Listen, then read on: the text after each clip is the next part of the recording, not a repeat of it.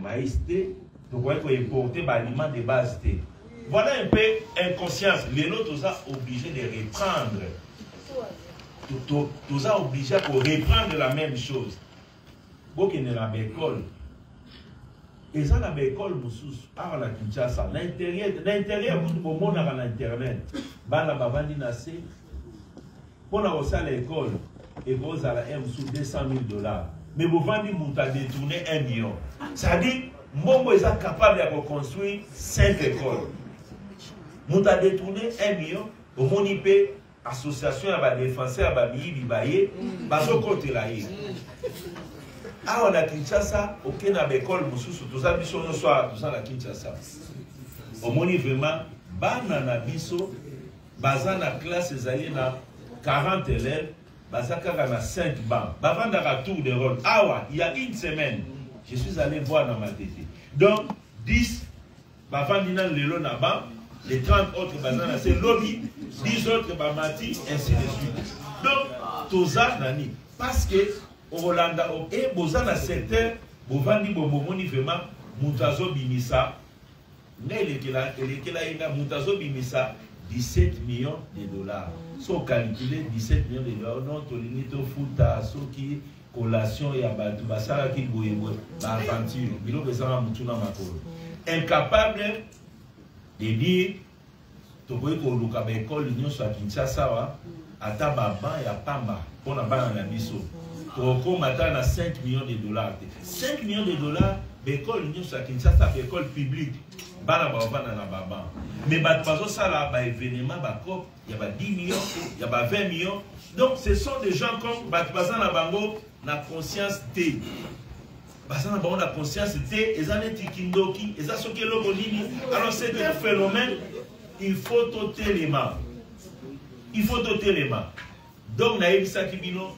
Tant que corruption est gozala, tant que détournement est gozala, makamba chômage auto réglé à côté. Bakoya ta ba professeur à l'université, ba combien ba premier ministre, ba combien de professeurs d'université ont échoué. Ba échoué mais pourquoi? Tout le monde a pu redresser. Chômage des akaka, taux de chômage des hommes, tozo binisa ba dans la classe, autant de 6 mois et comme il y a sous problème. Au Bundala di pona otani sai siko komo tuna na oleka wapi po azwa musala oyebi ku tutene ba bazwa musala kuzape musala koma kaka ko il faut zala na sikume donc moka ezana moka ka ba coopérant po mutazwa musala ko oboye bate donc bana bazo bima bongo sikoyo bana na bango bana ba inspecteur général bana ba ministre bazana capacité parce que bazana commande à l'état bongo oyo azana ndekota azata na directeur te na famille mukoloni na boswa musala mukoloni na kosala parce qu'il faut kaka mutu moko intervenir pour ye azwa musala même oya boswa $200 $300 il faut muta intervenir toza na ba chômeur ebele ba misala ezate tout simplement parce que tozo comprendre que il faut to bunda to mettre de l'ordre na ba pays mususu. Au moni biloka ba corruption, eza na ngote que pour retrouver mboka moko corruption zéro. Ezate. Les pays les plus modernes en matière de corruption, baza na 80%. C'est-à-dire baza ba tout ça ba bimisi 10 millions, ba iba 2 millions. Mais au moins 8 millions, ba sali na musala, mutuzo sabonike, ba sali musala. Mais biso de inverse. Les pays les premiers pays modernes, baza na 80%. Donc corruption zéro ezate. Parce que c'est un phénomène où ils sont liés à la nature humaine. Mais ailleurs, Batou, prenant conscience, Bundi, non, voilà, Ata Ozawana responsable. Soit 80% bon à l'État, les pays les plus modernes, Batia Kambo, pour vérifier au moins que oui, 80% Sali Moussala, et Tongi Ndab, et Tongi École, et Tongi Hôpital, et Sali Boy. Yabiso, ce n'est pas ça. Yango, ben étranger, va comprendre que Biso Tozabanyama. Chinois. Tout bazali capable ya côté mboka na bango likolo ya mbongo baza capable sans ya patriotisme ezali te bozo sangana na bapaya pona koboma mboka na bino yo za wana pona ko défendre donc baza na capacité à résister devant la corruption. Or, les gens oublient, la corruption c'est un enrichissement à court terme et c'est une malédiction à long terme. Personne d'entre eux ne quittera cette terre des hommes sans avoir payé les méfaits de la corruption dont il a été couvert. Personne.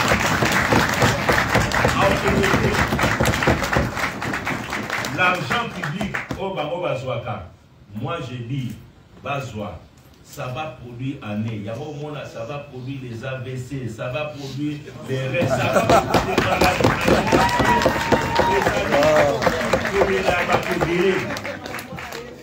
produire les maladies. Ils veulent se faire une conscience tranquille, mais ils ne sont pas tranquilles. Les lots, ceux qui battent Bazani Maï, ils ont bango. Ceux qui battent Bazani courant, ils ont bango. Ceux qui battent Bazo Lela Lelo, ils ont bango. Alors, ceux qui ont dit que tu peux tout faire, tu peux te donner une bonne conscience. Hier, ça va te rattraper. Moi, je dis toujours, allez dans les tribunaux, bango et bazora bambongo, la population.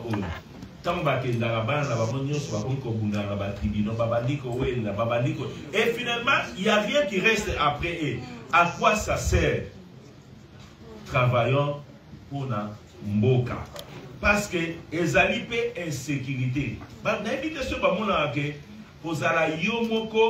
Otondi na biloko nyoso na milliers ya batu nyoso baza okelela na ebite soki conscience na yo eza tranquille au monde ata insécurité te ke ngai moko ne nazolia batu nyoso o baza tout autour na nga batu bazolia te ovani na yo pe kimia oza na yo pe tranquille. C'est ça au fait, batu mitema ici échangeable. Alors il faut tout élément tout repousser bango. Yango wana biso tozwaki stratégie ke batu oyo nyonso bakozala impliqué na makambo koyiba mbongo ya l'État toke na bango na CCT o non ete ata justice aza kotraîner biso il faut to informer population to be omoni ya moyibi monene moni mutu alati cravate wana moyibi monene. C'est ça ce que nous devons faire parce que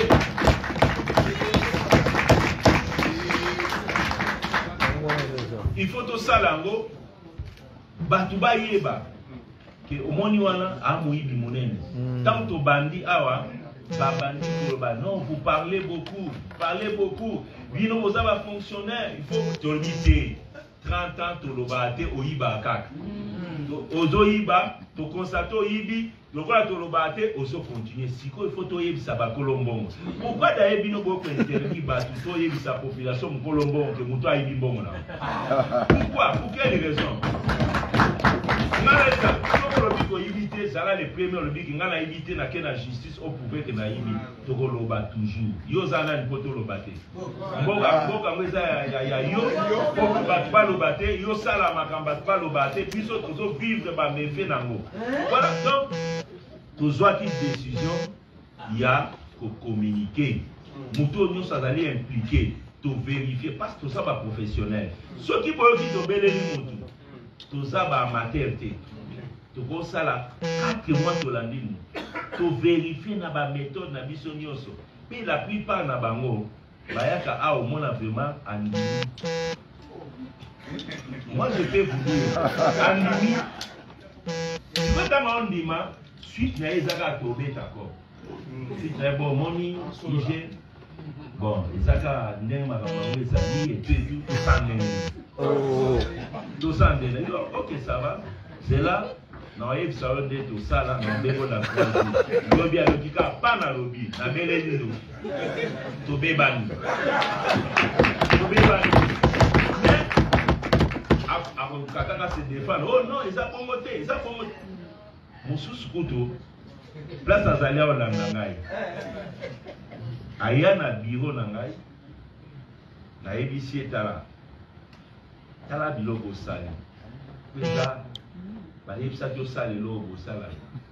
Ozula tout au béni. Honor, master, moni et tout. Bon, na yebi kaka, mais na ye oyo epeza mwanda mona yo akoti loko nazotala je n'en revenais pas abinisi pe boye koto 50 000 koto 50 000 nayebisi ye monsieur le ministre nsima nanu mbongo zongisa nanu mbongo na poche azali pe ye moko te oyo ya mibale mpe azolanda na akufi ta kolanda bando binayebi nsima nanu moni mbongo banano pene nanu zongisa nanu so okomi ozongisi ti 80% mpo toya tosolola.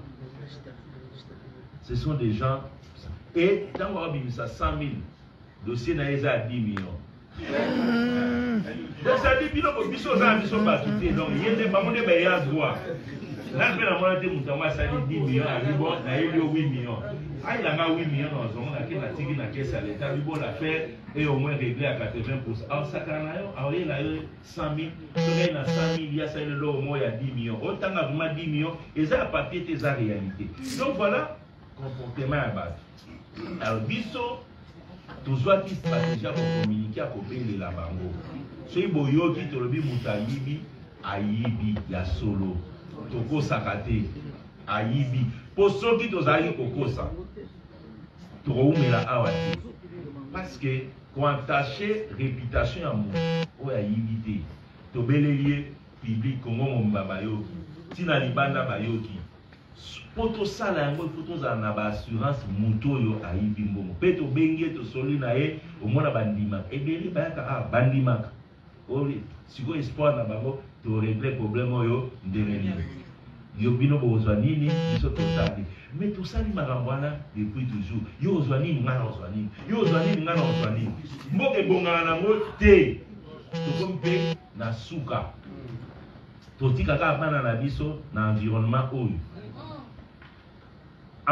oyo toza nango bana bayebi te misala eza ndenge nini mboka toyebi te bato mosusu baza na mboka alamuki na ntongo ayebi te akolia nini nayebi te soki tokanisaka keza na bandeko na biso balamuka na ntongo bavivaka au jour le jour alamuki na ntongo atie mabolongo na se abandi kosambela nzambe pesanga opportunité nazwa ata eloko akolia na mokola lelo akote ya wana mutu mosusu aza na bacompte na ye aza na 20 millions 30 millions na kati ya compte akote na ye mutu moko ayebi te bana na ye bakolia nini journée wana. Ça on est dans quel environnement? Voilà pourquoi tolobaki lokola tobelelaka peut-être bolanda ngo na musika boya tosolola to expliquer bino pourquoi tozosala yango mabe nini tozomona wana bino boza ba leader d'opinion na nsima na bino vous avez des millions au-delà ya territoire national bato nyonso balanga bino liloba na bino ekoki kotransforme bato ebele oyo lobi bazwi yango comme parole d'évangile et bakondisi yango epa na bango et convention ya Nations Unies esengi bapays nyonso oyo ebundaka ni balobi il faut bo associer ba leader d'opinion bato oyo baza na capacité ya koconduire ba masse.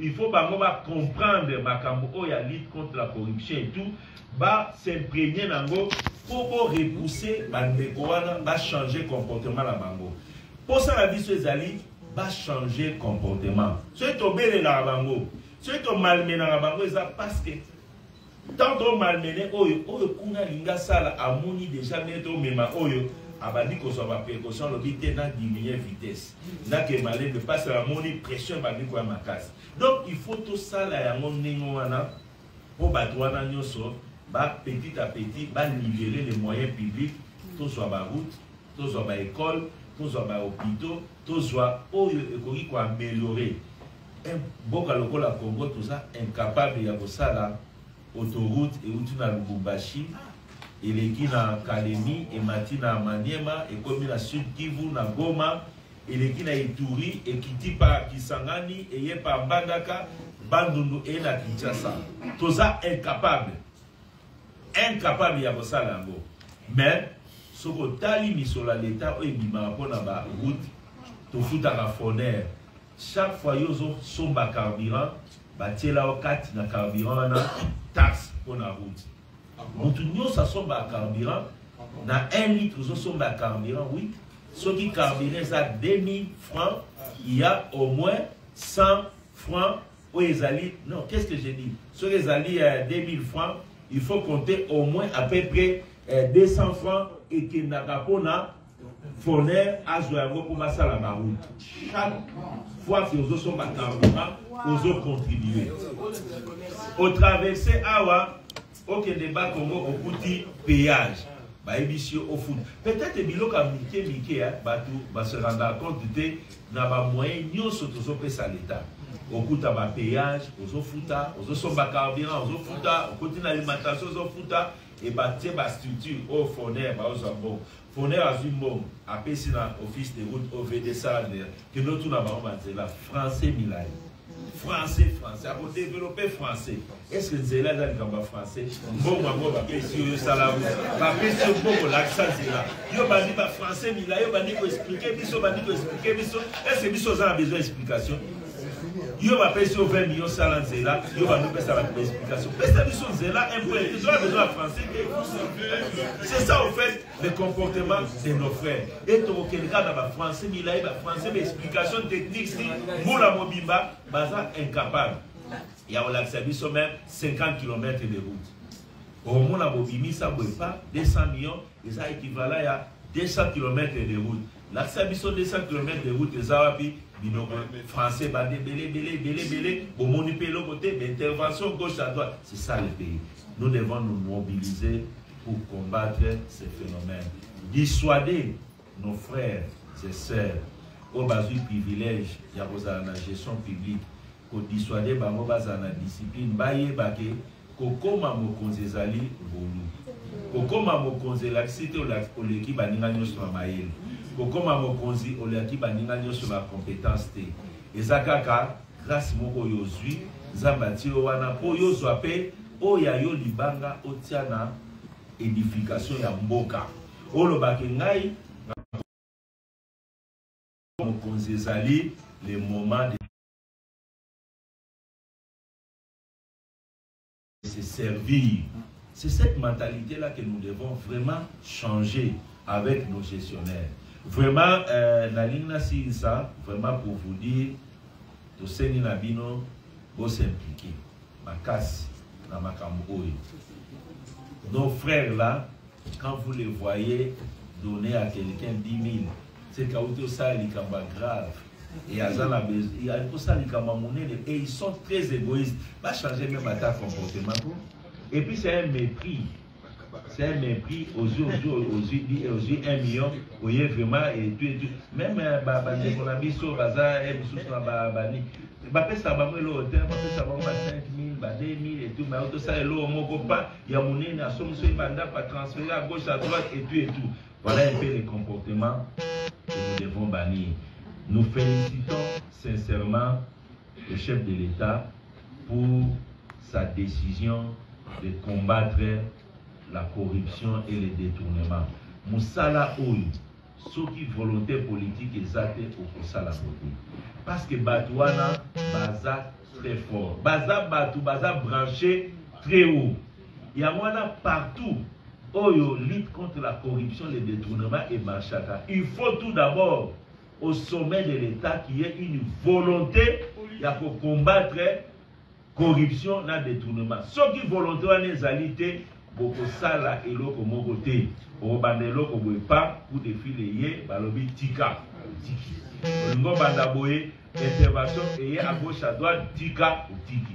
Donc je voudrais dire vraiment un grand merci au chef de l'État parce que depuis qu'il a décidé de déclencher guerre Oyo, il continue à soutenir le travail que nous sommes en train de faire. Les lots, nous sommes capables d'interpeller en matière de gestion. Yamboka, nous interpellons tout le monde, sans exception. Tout le monde. Aux yeux de l'État, tu peux interpeller. Biso, aux yeux engagement, pour accompagner Bino. L'Ingaina Senga solennellement. Bino, vous avez leader d'opinion. Vous avez les grands dans ces pays. Vous s'approprier dans le combat. Vous savez que l'Okomoko est tika la mémoire à Congolais. Et bien, la bino a bayeba qui sur le franc congolais. Ba Congolais batika nango.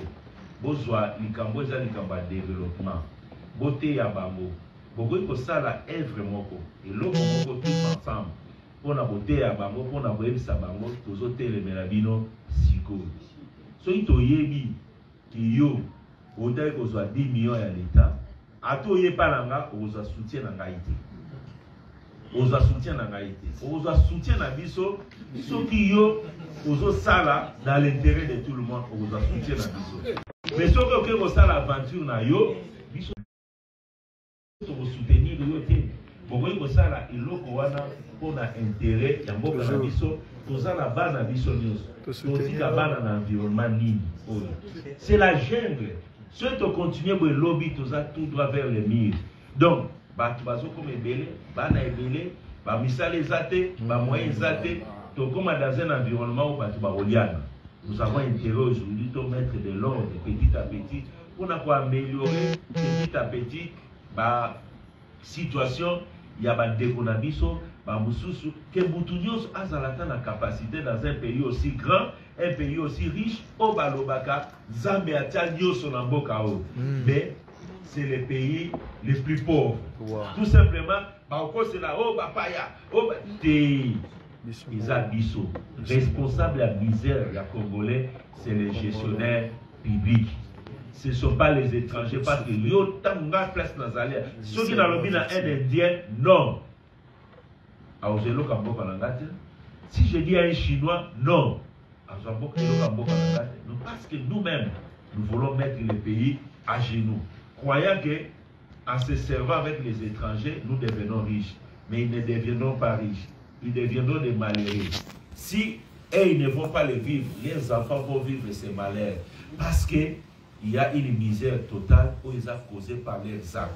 Voilà, vraiment, mes sœurs, mes frères, vous qui faites partie de la crème culturelle de notre pays, la demande de l'inspection générale des finances, que vous puissiez vous approprier ces problèmes.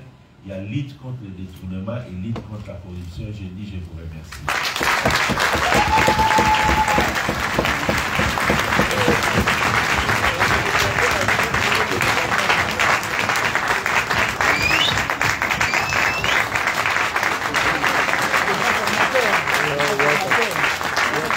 Le contrôle.